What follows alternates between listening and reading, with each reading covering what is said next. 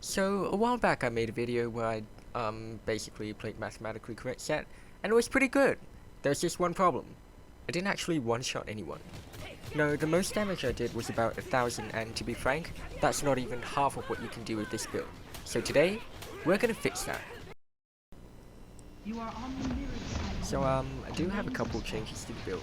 Cause second wind and that little shield thing when you stun someone, that's great and all, but when you're playing Mathematically Correct Sett, you don't have Demolish, you don't have attack speed in your build. So your wave clear actually kinda sucks, and so does your turret plate taking potential until you get to the late game, and that's kinda bad, because you need gold in order to buy your stuff and be useful as Mathematically Correct Sett. That's your sole purpose in life. So I do think taking the position tree over the resolve tree might actually be better here. Still get Gathering Storm, still get Overgrowth, but you can get more attack speed. And the second change is that we're taking Haymaker start at level 1, and you'll see why. That's a massive trade win right there, purely because we had Haymaker. So your Q at level 1 actually doesn't do much damage, it does 1% health damage. That's like 6 extra damage. Compare that to Haymaker where I just did 174 extra damage, that's a lot better. So here we get a gank, we're going to use Ignite just to make sure Aatrox dies, and he dies, so that's pretty good. Now because we've got the extra cannon here, if I recall straight away, it's going to kill all of his minions, and he's going to come back to more minions than I do, which actually compensates for the kill. So in a situation like that, you want to clear the way fast as possible and push into the tower. Got Plated Steel Cats on the back. Normally against Aatrox you would get a Bramble Vest or its Executioner's Calling. Unfortunately with this build we don't want to build either of those things, but we're still winning the trade. Yeah.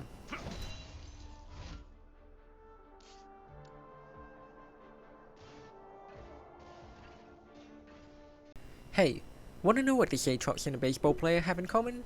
They're both about to be sent back to base.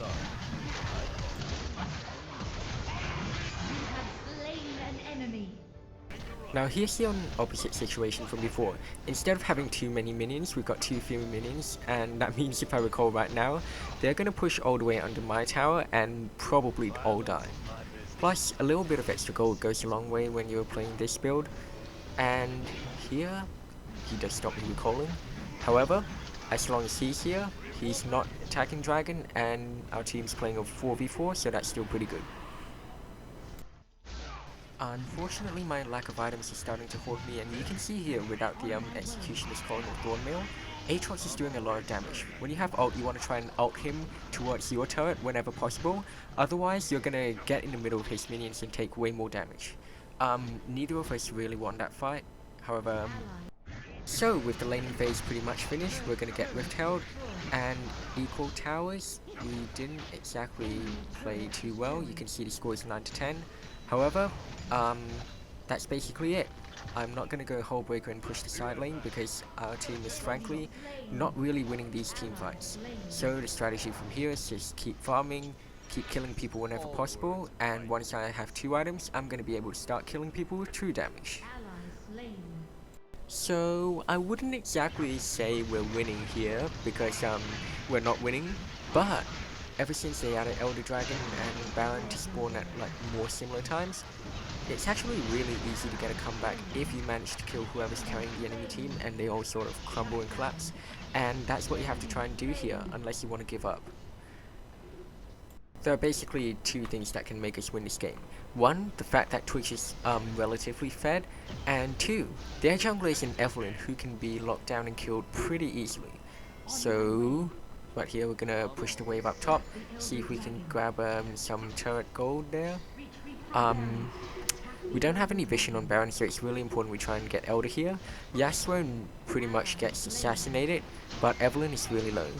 Here we get attacked, we're gonna move up here, keep them there, and 1000 true damage. Yeah, so that kills 2 of them, that means we can do Elder. Their jungler is nowhere to be seen, but Jhin is top. I haven't got my ultimate anymore, so the only way I can stop Evelyn is with a grab, and boom! That's what happens. And here we could push towards the Nexus. But if you get Baron, Baron's really easy to do when you have Elder, not so much vice versa. And once you have Baron, A, you have Baron and you can push, but B, they can't take Baron anymore and sort of like compensate for your Elder buff. And luckily, they stop chasing, stop attacking, and we get a Baron. Unfortunately, I don't think doing 1000 true damage counts as one-shotting people, even though they did get like deleted. So here, that didn't go how I was expecting it to, but we still do pick up a kill from that.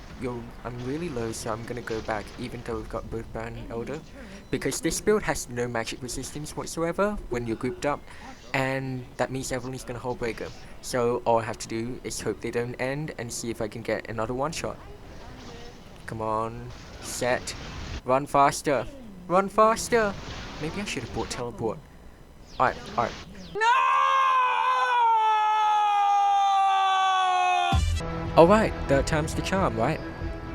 So Warwick Top is actually a fun little guy to play against. He's kind of got like this ridiculous healing factor, even if he's playing the top lane. So it's sort of like a cheese strategy, but essentially all you have to do is outtrade him, make sure he doesn't heal, and run away when he uses his spear.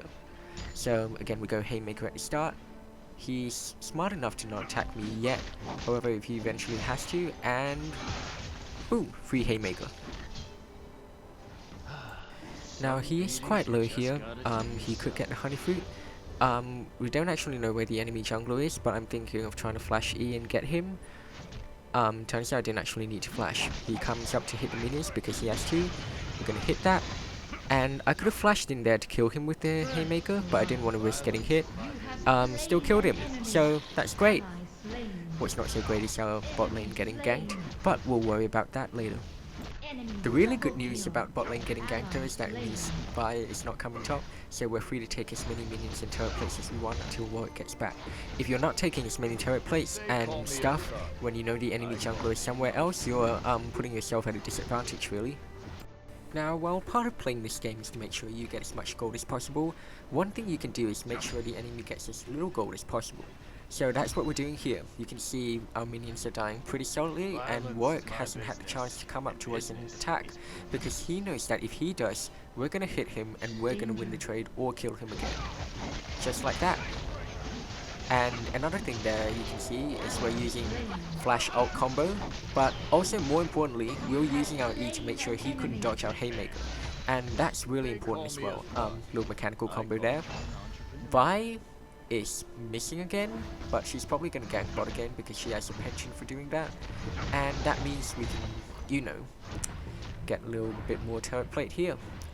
Turns out I was wrong about Vi being there, and yeah, Darius is going to have to hop that by himself. Yeah, then this happened. So I did actually put my ward down, and Annie's completely missing, which should have made me realize something. I don't have my flash either, and yeah, there's not much I can really do here. Try and ult to get away. Unfortunately, died. But you know what? It's okay, because while Annie was trying to gank me, we actually went bot and we got 2 kills. Oh, it's actually 3 kills. Yeah, 3 kills bot lane for one guy top lane, and less turret plates than they're getting down there right now. So I'd say that went pretty well. And that's one of the things about being a strong top laner. If you're strong, you're going to attract ganks. That means you're attracting ganks away from the rest of their team. So if they're not as good, they can still probably win. And yeah, beating Warwick after this shouldn't be a problem, even if I don't have Bramble Vest or Executioners. He is gonna win in an extended fight against me because he's just built like that. His kit is designed to fight someone for a long period of time and out-heal any damage you do. But we're not here to beat him in a 1v1, we're here to do true damage to everyone.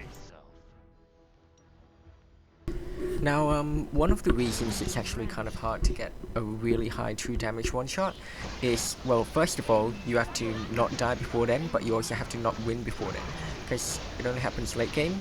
Here we're doing 806 damage, and that's with a full charge. It's pretty good, but nowhere near one-shotting people. And for most of the game, they're going to get health faster than you get true damage, but at the end you're going to start getting 200, 400 true damage for every item you buy, and that's when you can start doing a ton of damage. Oh, what's she gonna do? Nothing. Yeah, that was a slight miscalculation by Annie there. Not sure what she was trying to do. Don't know if she meant to press the recall button, but either way, she's headed back to base. And yeah, we kind of botched the fight here, got aced. Somehow, despite our best efforts, we managed to not lose completely. And yeah, I really think they should have just pushed into our turret. Even if Thresh was gonna respawn, they can still at least get one. Warwick had the right idea. Everyone else just went home. Fortunately, through a combination of clever banking and good minion CSing, I've managed to keep up in gold, which means I can start doing some true damage. Now here when you have an objective, you want to try and hover around, make sure Vi doesn't get close, save your ult for her. Unfortunately, we're kind of losing. Xayah is really strong, but we do manage to take her out, albeit at the cost of the whole team.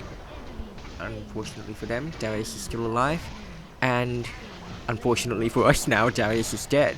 Unfortunately for them, I'm mathematically correct Sett. Unfortunately, I also missed that, but I still managed to win. Yay! And unfortunately, for the last time, Vi managed to get away. Now as Elder comes up, I've just managed to buy Hullbreaker, which is my 4th item, and that's really significant. That's a lot of damage, really. That's all I can say for this. And here we're going to repeat the same strategy that we've got before. Wait for Vi to show up, ult her, because as long as we get the Elder, we win. And boom, we got Elder. Now we just have to survive this fight, not die.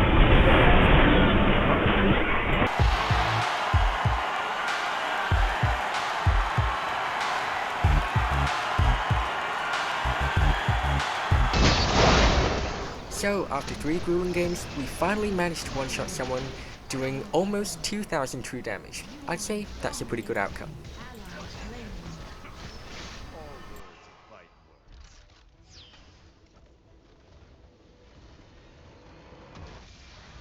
Victory!